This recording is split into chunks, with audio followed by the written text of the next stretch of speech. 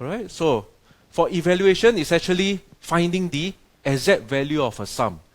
Alright, so you just press your calculator, you evaluate the sum, you find the exact value. Alright, for estimation, it's the process of finding the approximate value by first rounding off the numbers in the sum. Okay, so for estimation, it requires you an additional step. Alright, first you approximate the sum, then you find the value. Alright? Okay, so let's reinforce the difference between them, looking at this example. Alright, so the price of 3 items are $11.90, $5.95, and $7.05. So evaluate the total cost of the 3 items, and the second one is estimate the total cost of the 3 items by rounding off each price to the nearest dollar. Okay, so for part A, alright, you are asked to evaluate the total cost. Okay, so the total cost, this is for part A, total cost,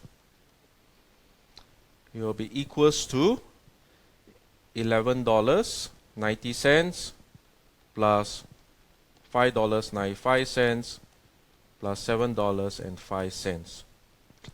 Okay, so since you're asked to evaluate, means you have to find the approximate value or exact? Yes, exact value. Alright, so you can just calculate this manually or use your calculator. The answer is $24.90. Alright, now for part B. Okay, so estimate the total cost of the 3 items by rounding off each price to the nearest dollar. Okay, so you are estimating. Okay, so first the total cost is $11.90 plus $5.95 plus $7.05. So you are estimating. Okay, you have to round out these numbers to the nearest dollar first. Alright? So this, I will use this approximate sign, and I will round all these numbers to the nearest dollar. So it will be, this will be 12, this will be 6. How about the third one? Yes, it's 7. Okay? Then 12 plus 6, 18, 18 plus 7, so I have $25. Alright? So, when you are estimating, okay, for this case, they are very close to each other. But it's just because I estimated it by rounding off to the nearest dollar first. Alright? So, let's look at this. When to use the approximate sign and the equal sign.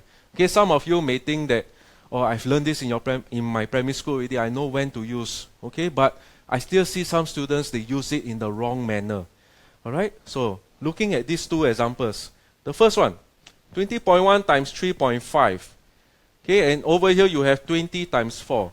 So what is happening over here? Yes, the numbers are being rounded, right, to the nearest integer or whole number. So what sign do you use?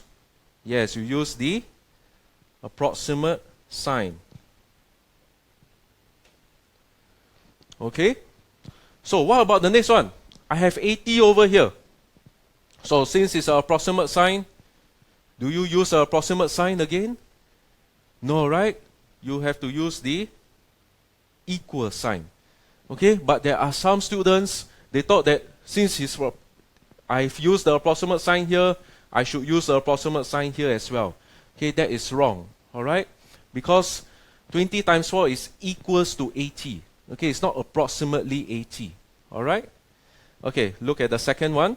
30.78 divided by 25.1. Okay, so then you have 31 divided by 25. So what is happening from here to here? Yes, the numbers are being rounded off again, right? So you use the approximate sign. Okay, then you have 1.24 here. Alright, so you can find out 31 divided by 25. You should get 1.24. So you would use the equal sign. Alright? What about the next one? 1.24, now 1.2. And there's one decimal place over here. So what does it mean? Yes, it means that this number is being rounded off to this number. Alright? But for the final answer, you can use the equal sign. Okay, but let me stress, if you use the equal sign, because 1.24 is not equals to 1.2, okay, you have to put in brackets, it's rounded off to one decimal place. Alright? Or, if you do not want to put the equal sign, from here, you can just write the approximate sign and 1.2. Okay? So, know when to use the approximate and the equal sign. Alright?